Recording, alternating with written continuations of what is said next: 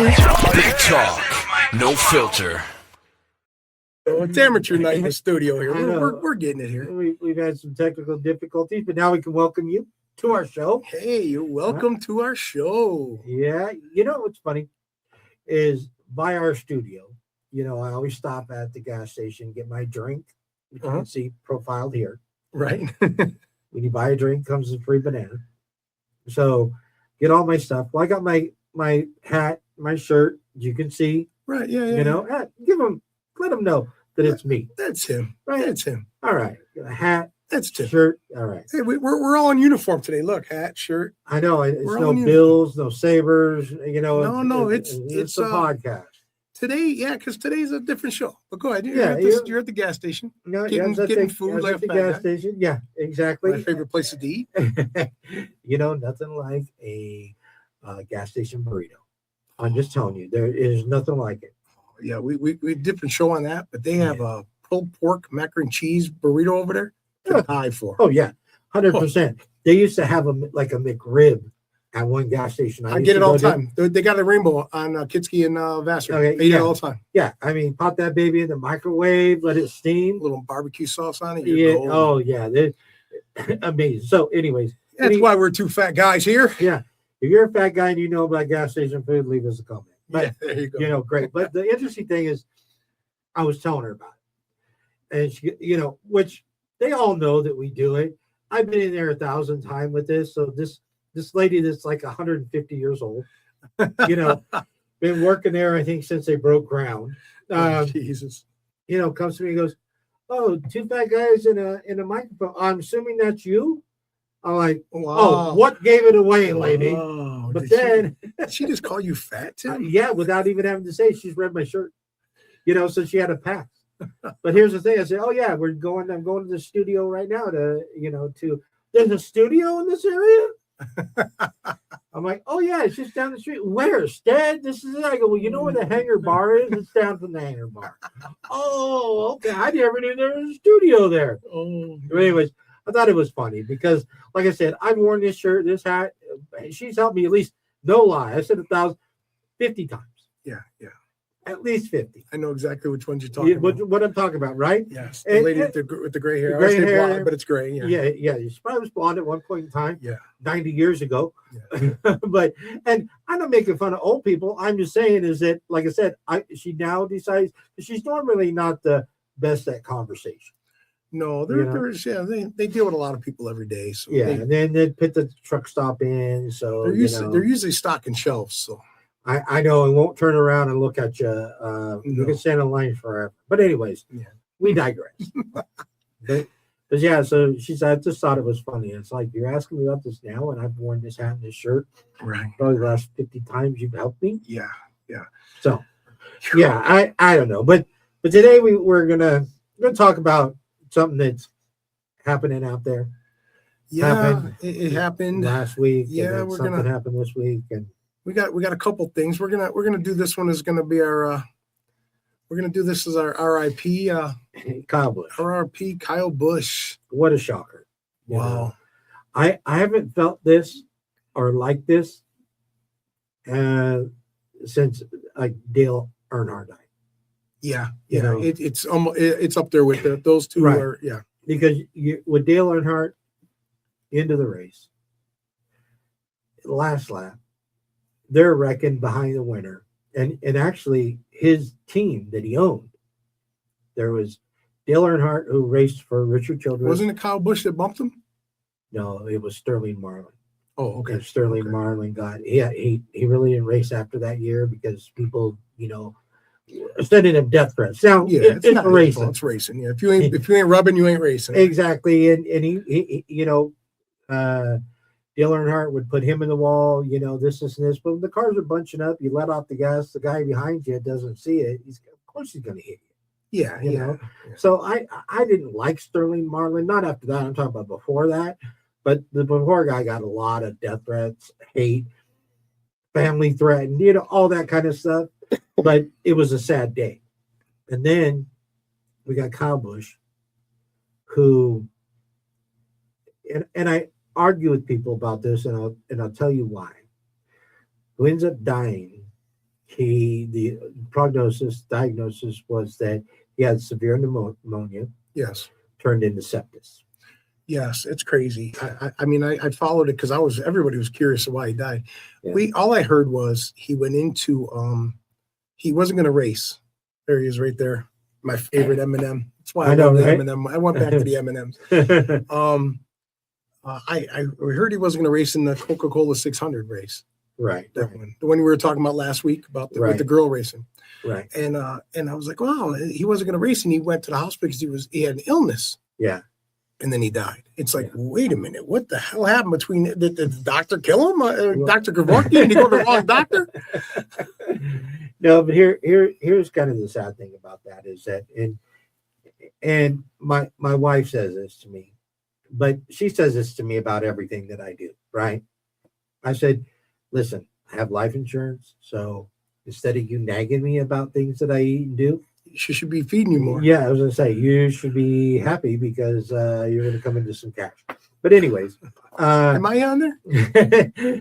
yeah, you're like the 40th beneficiary. All right, cool. At least I'll get something. You get a Diet Coke and a bag of M&M's. All right, all right. No, but there might be a little bit of truth to this because these guys, for one, they're competitive, right? Yes, very. You know, so Some people don't think it's a sport. Some of the other athletes were talking about that it's not a sport. Bullshit. yeah, You try sitting in there for 5 hours and race a car. you can't pee, Yeah. and the G forces going up against you. You Right. know, They couldn't handle it. You They could couldn't handle handle exactly. You can't flop and ask for the referee for help in that sport. No, not at all. And your talent is driving, but it all takes everything. Your car, mechanical, so anything can break down or Right. anything Anything can can happen to happen, you. But back to Kyle. Here's the thing, and kind of there's theories out there and stuff, but at Watkins Glen, which is the race prior, he's been sick for a while. And so he came over the radio towards the end of that race and said, "Hey, can you have the doctor?" Right. And I'm not going to say his name and all that kind of stuff because Yeah. I'm sure he's being investigated. But I need to talk to this doctor because I'm not feeling well. Right. Well, of course, he had severe pneumonia. Yeah. Right? Yeah. But these guys, certain contracts have certain things. So if you don't race, you're probably not getting paid. Right. So it's like football. It's like you make so many yards, you get a bonus, and this, that, and other. So, Right. And you're a professional competitive athlete. Yeah. So if you feel sick, it's like, yeah, I can go to work sick, right? That whole thing. Right. Yeah. But I mean, the moral of this story is, look, if you're feeling not right, go get checked out, man. Well, Don't but he had a wait till doctor last there. minute. That's what I'm saying. There's a sport Yeah. doctor, but again, But they can't. The doctor on the field can't do an X-ray and see fluid in the lungs. no. So for he needed to go to a hospital and get X-rays. And Right. he's an athlete. He's a tough kid. Probably, I don't need that. I mean, I get like that too. But you know what? I got a cough. I'm going to get checked. I don't care no more. Right. And that's a sad thing because not only having young kids, Right here. There they are. Here's his wife and 2 kids right there. wife and kids, his son's a racer. Yes. Um, I wish I hope someday we see him up in NASCAR. Yeah. His first NASCAR race will be memorable. Oh yeah. And the thing is, and the kid's good actually. Yeah. But the owner of Kyle Busch's car is retiring in the number 8 for when Brexton, his son, gets into NASCAR. Nice. So- That's nice. So that was cool. But back to what we were talking about is that, he probably should have got checked out earlier. Yeah. I'll tell you a quick little story racing. When I was a kid, I raced quarter midgets. So it's like go-karts, but they have bodies, Right. And then now they look like straight up sprint cars, Right. But I qualified for in regionals, in the state of California, and nationals was being held in Portland, Oregon. We're getting ready to make the trip, all that kind of stuff. Now I'm 9-10 years old. Getting ready to make the trip, my dad gets sick. Okay, and he's sick. Me as a kid, I think he's got the flu. Right. but he ended up having pneumonia and he was hospitalized, Oh, yeah. back then. So Pneumonia's no joke. We couldn't make the trip, type of thing. So if he's got pneumonia and he's racing and still putting his body through that and stuff like that and not taking care of himself, I'm not blaming him. I'm just saying Right. that as a competitive, needing the money, if you're not on salary and you're working, and you have a certain lifestyle, yeah, he was a millionaire, but still, you lose a paycheck, Yeah. When you think you're just sick, not feeling good. Right. So that was the sad thing. That was the thing. It didn't have to happen, but it did, and I hope it's a warning to other Yeah, people. yeah.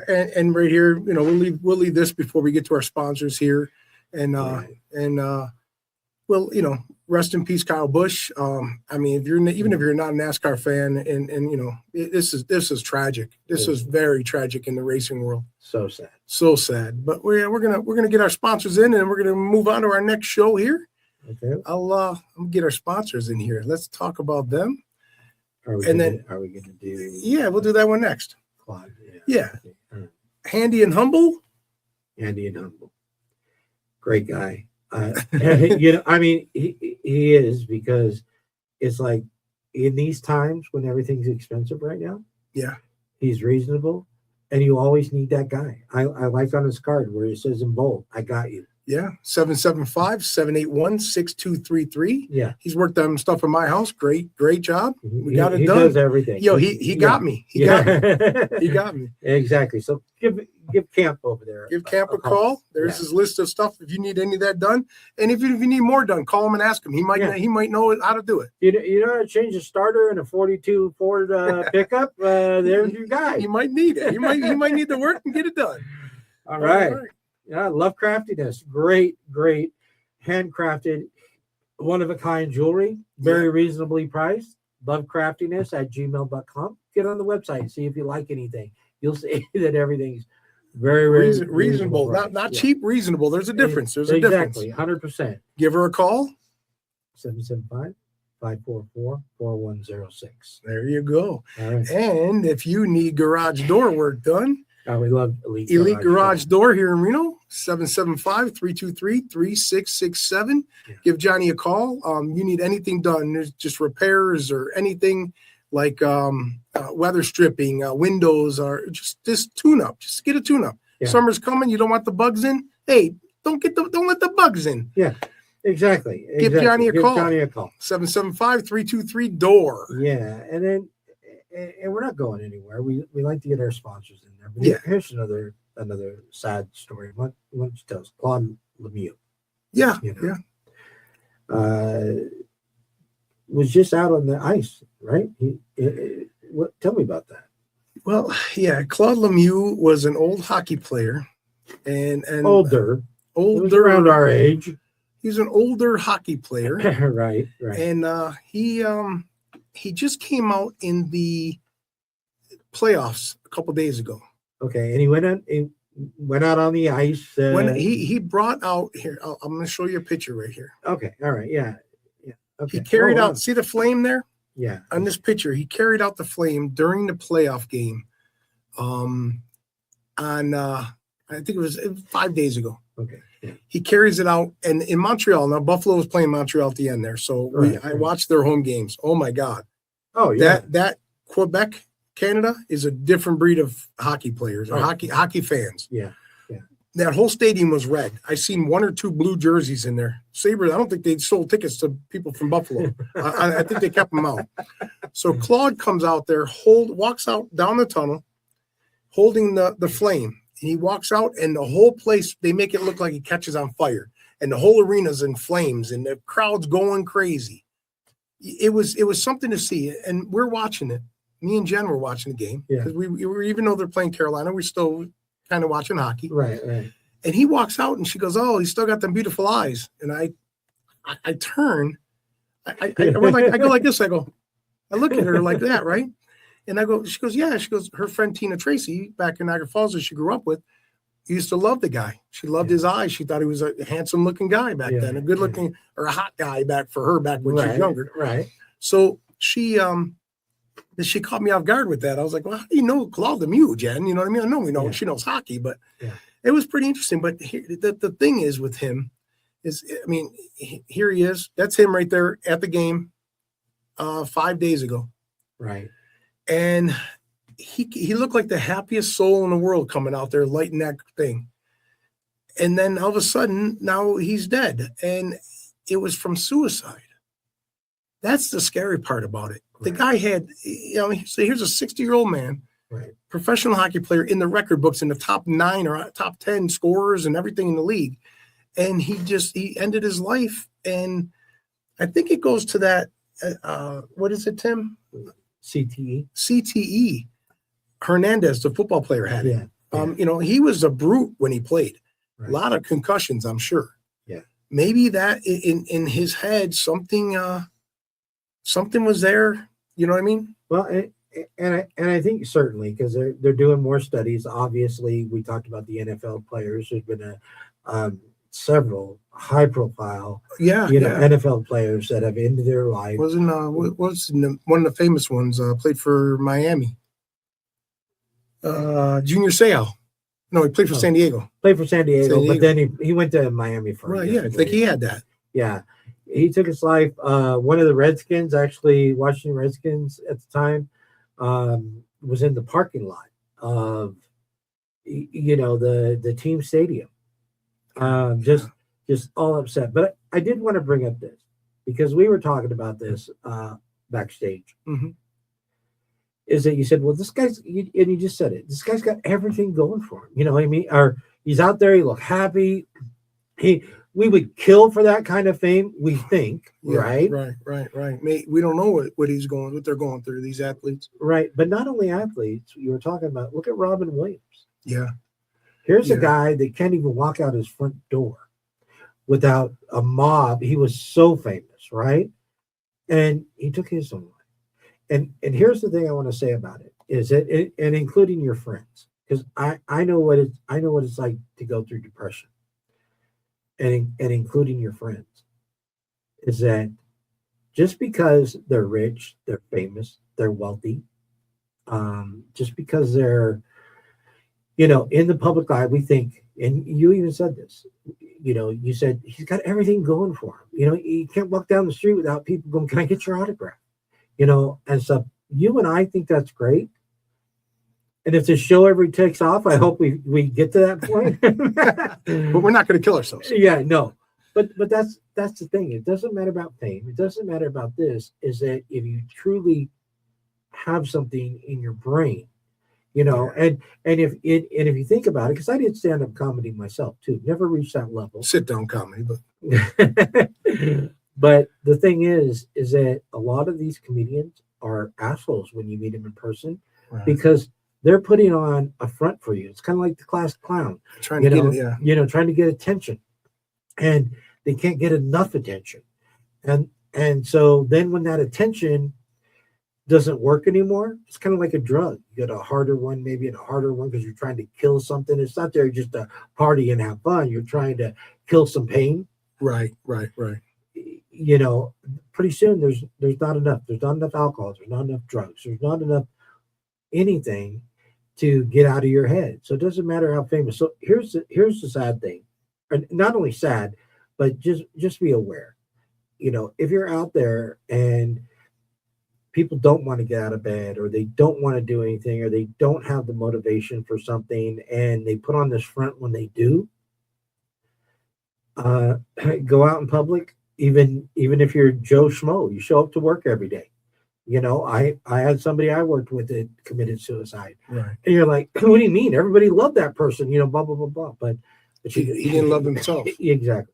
And you just never know. So, hey, take this, if anything, if you're thinking it, if you have problems with it, call somebody, check with somebody, do something. Yeah. And we didn't know Claude Lemieux, obviously, too famous for us, but his friends knew him. They could have seen the signs. So if you could see the signs at somebody, please look out for somebody. You don't know what they're going through. Even though we think life is hard and everything, somebody's life might be even harder than ours. Yeah, and harder in their own mind. This guy probably still getting some residuals, so it's not like he was living homeless, Right. and stuff. But you do never know. Just because they're famous and they're out there and they're in the public eye, doesn't mean you don't know what's going through. So even if it's just being a friend, Yeah. because sometimes that's all it takes. Yeah, look out. But rest in peace, Yeah. Kyle Busch. Rest in peace, Claude Lemieux. Yeah. And with that, we're gonna just do a little bit of right. I mean, yeah, I just we're gonna end the show. Yeah. And like I said, it's terrible that people go through that. Yeah. So hey, look out for everybody. Everybody needs help out there sometimes. Sometimes you just need an ear to listen to. Yeah. 1, 2, 3, 2 fat guys in a microphone. 2 fat guys in a microphone. 2 fat guys in a microphone. Big talk, no filter.